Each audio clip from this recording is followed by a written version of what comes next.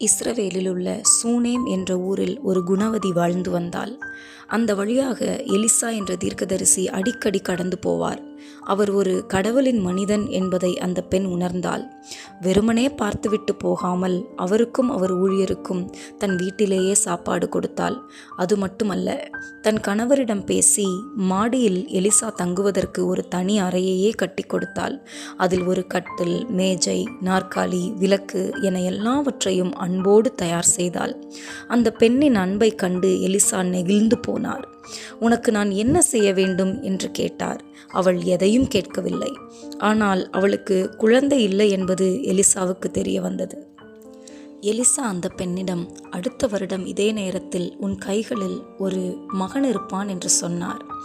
அவளால் நம்பவே முடியவில்லை. ஆனால் ஒரு வருடம் கழிந்தது. ஆச்சரியம்! அவள் கைகளில் ஒரு அழகான ஆண் குழந்தை தவழ்ந்தது. ஆண்டுகள் ஓடின.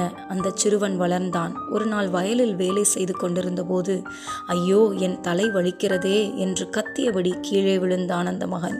மதிய நேரத்திற்குள் தன் தாயின் மடியிலேயே அந்த சிறுவன் உயிரிழந்தான். யாராக இருந்தாலும் கதறி அழுதிருப்பார்கள். ஆனால் அந்த பெண் சோர்ந்து போகவில்லை. தன் கணவரிடம் கூட மகன் இறந்துவிட்டதை சொல்லாமல் அவனை எலிசாவின் அறையில் உள்ள கட்டிலில் படுக்க வைத்தாள். உடனே ஒரு கழுதையை தயார் செய்து எலிசாவை தேடி புறப்பட்டாள். எலிசாவின் உதவியாளர் ஓடி வந்து, எல்லாம் நலமா என்று கேட்டபோது அவள் சொன்ன பதில், எல்லாம் நலம். அவள் உள்ளத்தில் அவ்வளவு பெரிய நம்பிக்கை. எலிசாவை சந்தித்த அவர் கால்களை பிடித்து கொண்டாள். நீங்களே வந்து பாருங்கள் என்றாள். எலிசா அந்த வீட்டிற்கு வந்தார். கதவை மூடிக்கொண்டு இறைவனிடம் வேண்டினார். அந்த சிறுவன் மேல் படுத்து வேண்டிக் கொண்டார். திடீரென்று அந்த சிறுவனின் உடல் சூடானது. அவன் 7 முறை தும்மினான். மெதுவாக கண்களை திறந்தான். தன் மகன் உயிர் பிழைத்ததைக் கண்டு அந்த பெண் எலிசாவின் காலடியில் விழுந்து நன்றி சொன்னாள்.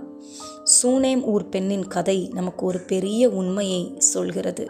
கஷ்டங்கள் வரும்போது பதறாமல் நம்பிக்கையோடு இருந்தால் எதையும் வெல்லலாம். பிரதிபலன் பார்க்காத அன்பு பெரிய ஆசீர்வாதங்களுக்கு வழிவகுக்கும்.